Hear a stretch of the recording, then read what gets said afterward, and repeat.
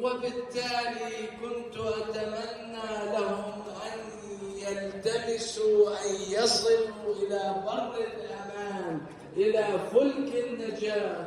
أبوا ذلك. أويلي، فيا حسرة عليكم وأنى بكم. شهر رمضان الذي أنزل فيه القرآن هدى للناس وبينات من الهدى والفرقان. وأنتم لها كارهون. ہاں، انسانوں کے لیے ہدایت کا ماہ ہے، اور یہ ماہ جس میں اللہ کی نعمتیں واضح کی جاتی ہیں اور ہدایت دی جاتی ہے انسان کو. اللہم صلی علی محمد وآل محمد. ماشاء اللہ، سبحان اللہ.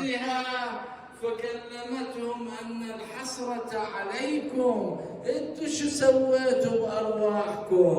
كل إشفاقنا یا امیر المومنین یا علی، ہر مومن مومنہ کو ایک رمضان اپنے روزے پہ، اپنے بیٹے حسین کے روزے پہ نصیب فرما. المسلم إنما كان من أجلكم ليحملكم على المحجة البيضاء لتكونوا في فلك النجاة لتصلوا إلى بر الأمان. أما وقد سلطتم على أنفسكم هؤلاء فنظرة ريثما. قرآن کی تلاوت بھی ہوگی، وہ منظر بھی آپ کو دکھاؤں گا. جا رہا ہوں زری اور دوسرے دروازوں سے انٹر ہوتے ہوئے آپ کو مناظر دکھاتا ہوں. باب سا، یہ سونے کا دروازہ جس پہ رسول خدا کی یہ خوبصورت حدیث. جب مسلمان صرف اس حدیث کو بھی سمجھ جائیں، اللہ کی قسم اپنا اندر فرقہ چھوڑ دیں، انا پرستیاں چھوڑ دیں گے.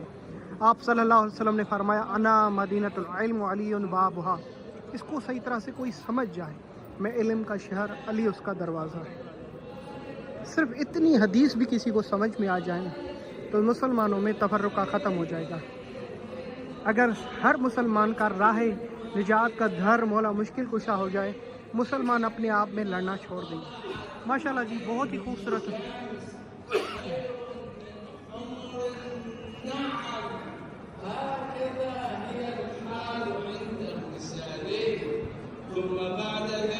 سبحان اللہ، سبحان اللہ، کتنا خوبصورت منظر ہے. اللہ اکبر. یہاں سے کیسے دکھتا ہے یہ دروازہ. واو، اس دروازے کے اوپر گھڑیال ہے اور امام رضا کی طرف یہ سمت ہے، تو جس وجہ سے اس دروازے کو باب رضا اور باب سا کہا جاتا ہے، گھڑیال کی وجہ سے، اور باب رضا کیونکہ ایران کی طرف سے دروازہ. واو ماشاءاللہ. سامنے سے یہ بازار ہے جو نادر بادشاہ نے اپنے زمانے میں بنائی تھی. اس کی پرانی تصاویر میرے پاس موجود ہیں، کبھی وقت ملا تو اس پہ بھی بات کریں گے. نادر بادشاہ جہاں زائرین تبرکات کرتے ہیں. یہ ایک دروازہ باب رضا باب سا، دوسرا دروازہ جہاں سے میں انٹر ہو کے دکھاتا ہوں کہ کس طرح روزہ دکھتا ہے مولا علی علیہ السلام کا. تو یہ منظر بھی آپ کو دکھانے جا رہا ہوں. ادخلوها بسلام آمنین، جو قرآن کی آیت ہے، اور جنت کے دروازے پہ جو قرآن کی آیت ہوگی یہی. اور یہاں پہ چوکھٹ کو چومتے ہوئے داخل ہوتے ہیں زائرین اپنی اور آپ سب کی طرف سے. اور یہ سامنے، اوہ ماشاء اللہ ماشاء اللہ، میں سب کے جاؤں. اللہم صلی علی محمد علی مع الحق والحق مع علی.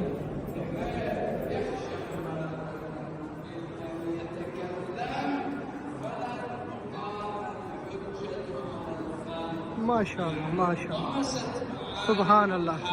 یہاں سے یہ روزہ اس طرح دیکھنے کو ملتا ہے. سردی بہت زیادہ ہے، آہستہ آہستہ یہ کچھ دنوں میں کم ہوتی جائے گی.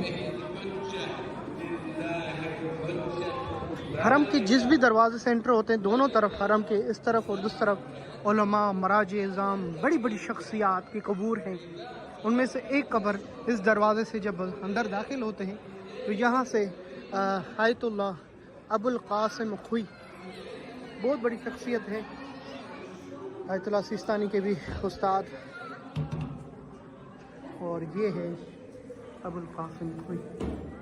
ان کی ہسٹری آپ جب پڑھیں گے، نیٹ پہ دیکھیں گے تو حیران ہو جائیں گے کہ شاکر بھائی نے کس کی ہمیں زیارت کروائی. ایک سورہ فاتحہ کی التماس 1992 میں 8 اگست وفات ہوئی. کہا جاتا ہے زہر دیا گیا تھا.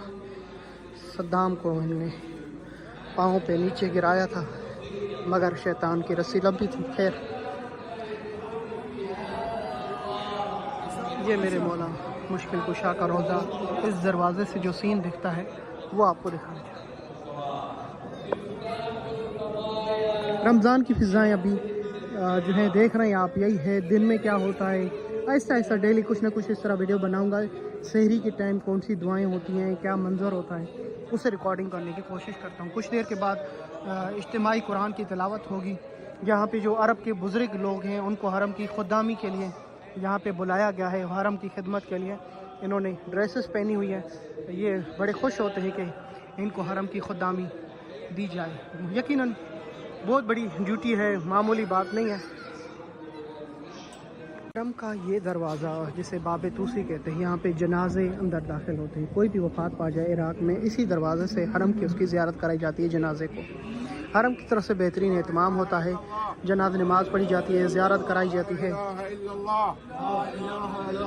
اور اسی جنازے کو زیارت ساری اہتمام کرنے کے بعد, نماز پڑھانے کے بعد, وادی اسلام میں, جو سامنے وادی اسلام بالکل سامنے چند قدموں کے فاصلے پر, اس دروازے پہ جو سلام لکھا ہوا ہے, السلام علیک یا امیر المومنین ابن ابی طالب. ماشاء اللہ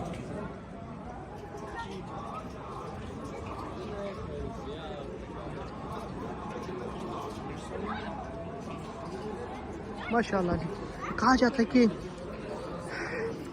یہ جو دروازہ ہے باب توسی, شیعوں کے معتبر عالم دین ابو جعفر